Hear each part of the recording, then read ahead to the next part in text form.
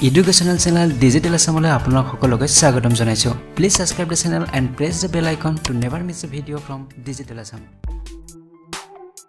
নমস্কাৰ আজিৰ ভিডিঅ'টিত আমি আলোচনা কৰিম 6 জানুৱাৰীৰ মোস্ট ইম্পৰ্টেন্ট কাৰেন্ট এফেয়াৰ্স সমূহ যদি আপোনালোকে আগৰ কাৰেন্ট এফেয়াৰ্স সমূহ এতিয়াও চোৱা নাই তেনেহলে লিংক ডেসক্ৰিপচন বক্সত দিয়া আছে তাত গৈ আপোনালোকে চাব পাৰিব নাইবা ওপৰত থকা আই বাটনত প্ৰেছ কৰি আপোনালোকে সেই ভিডিঅ'সমূহ চাব পাৰিব ইয়াৰ উপৰিও আপোনালোকে এই কাৰেন্ট এফেয়াৰ্স সমূহৰ পিডিএফ ফাইলও ডাউনলোড কৰিব পাৰিব লিংক ডেসক্ৰিপচন বক্সত দিয়া আছে তাত গৈ আপোনালোকে পিডিএফ ফাইল ডাউনলোড কৰি ল'ব পাৰিব এতিয়া আৰম্ভ কৰিছো আজিৰ কাৰেন্ট এফেয়াৰ্স সমূহ প্ৰথম প্ৰশ্নটো লৈছো The 27th World Book Fair is going on in which city so এই প্ৰশ্নৰ সুধিছে যে বিশ্ব গ্ৰন্থমেলা কোনখন চহৰত চলি আছে ইয়াত চাৰিটা অপচন দিয়া হৈছে বেংগালুৰু পুনে নিউ দিল্লী আৰু মুম্বাই ইয়াৰ শুদ্ধ উত্তৰটো হ'ব অপচন নম্বৰ সি নিউ দিল্লী এতিয়া আইছো নেক্সট কোৱেশ্চনটো লৈ The 80th National Table Tennis Championship began at which of the following city ৰাষ্ট্ৰীয় টেবুল টেনিছ চেম্পিয়নশ্বিপ কোনখন চহৰত চলি আছে ইয়াত চাৰিটা অপচন দিয়া হৈছে বেংগালোৰ মুম্বাই পাঞ্জাব এণ্ড কাটক ইয়াৰ শুদ্ধ উত্তৰটো হ'ব অপচন নম্বৰ ডি কাটক সো কাটক উৰিষ্যাৰ জৱাহৰলাল নেহেৰু ইনডোৰ ষ্টেডিয়ামত এই টেবুল টেনিছ চেম্পিয়নশ্বিপ অনুষ্ঠিত হৈছিল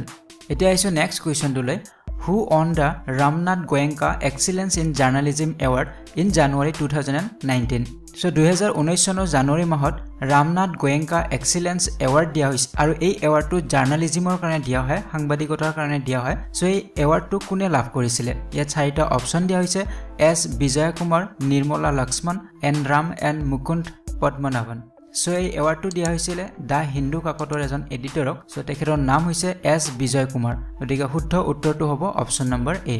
এতিয়া আইছো কোৱেশ্চন নম্বৰ 4 লৈ Prime Minister Narendra Modi launched projects worth more than 4500 crore in which state on 5 January so January 5 তাৰিখত প্ৰধানমন্ত্ৰী নৰেন্দ্ৰ মোদীয়ে এটা প্ৰজেক্ট লঞ্চ কৰিছিল আৰু সেই প্ৰজেক্টটো আছিল 4500 কোটি টকাৰ গতিকে ইয়াত প্ৰশ্নটো হৈছে এই প্ৰজেক্টটো কোনখন ষ্টেটৰ বাবে লঞ্চ কৰা হৈছিল সো অপচন চাৰিটা হৈছে কেৰালা মেঘালয় উৰিষ্যা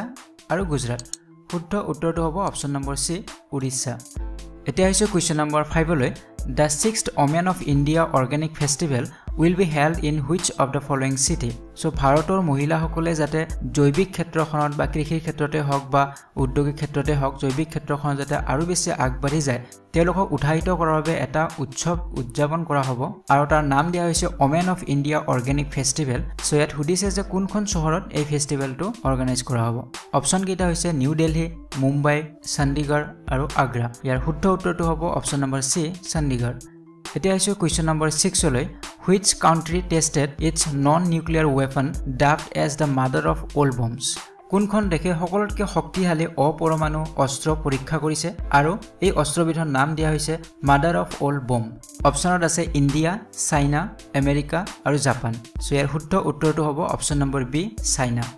এতিয়া আইছো কোৱেশ্চন নম্বৰ 7 লৈ The Assam Accord and Boro Accord were in news in January 2019 in which year were this accord signed so recently newspaper চৰ্চিত বিষয় হৈছে অসম চুক্তি আৰু বড়ো চুক্তি সো ইয়াত প্ৰশ্নটো সোধা হৈছে যে অসম চুক্তি আৰু বড়ো চুক্তি কেতিয়া স্বাক্ষৰ কৰা হৈছিল সো ইয়াত বহুত কেইটা অপচন দিয়া হৈছে সো ইয়াৰ শুদ্ধ উত্তৰটো হ'ব অপচন নম্বৰ সি অসম চুক্তি স্বাক্ষৰ কৰা হৈছিল 1985 ত আৰু বড়ো চুক্তি স্বাক্ষৰ কৰা হৈছিল 2003 এতিয়া আইছো question number 8 which city will host 8 international marathon on 6 January যে 6 জানুৱাৰী তাৰিখে আন্তঃৰাষ্ট্ৰীয় মাৰাথন দৌৰ প্ৰতিযোগিতা হ'ব সো এই প্ৰতিযোগিতাখন ক'ত অনুষ্ঠিত হ'ব অপচন কেইটা হ'ল হায়দৰাবাদ মুম্বাই ভোপাল এণ্ড বডোদৰা ইয়াৰ শুদ্ধ উত্তৰটো হ'ব option number D Vadodara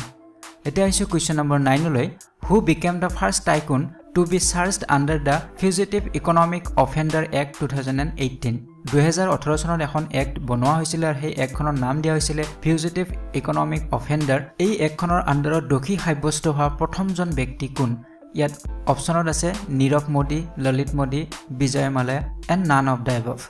so আমি সকলোৱে জানো উত্তৰটো কি হ'ব অপচন নম্বৰ সি বিজয় মাল্য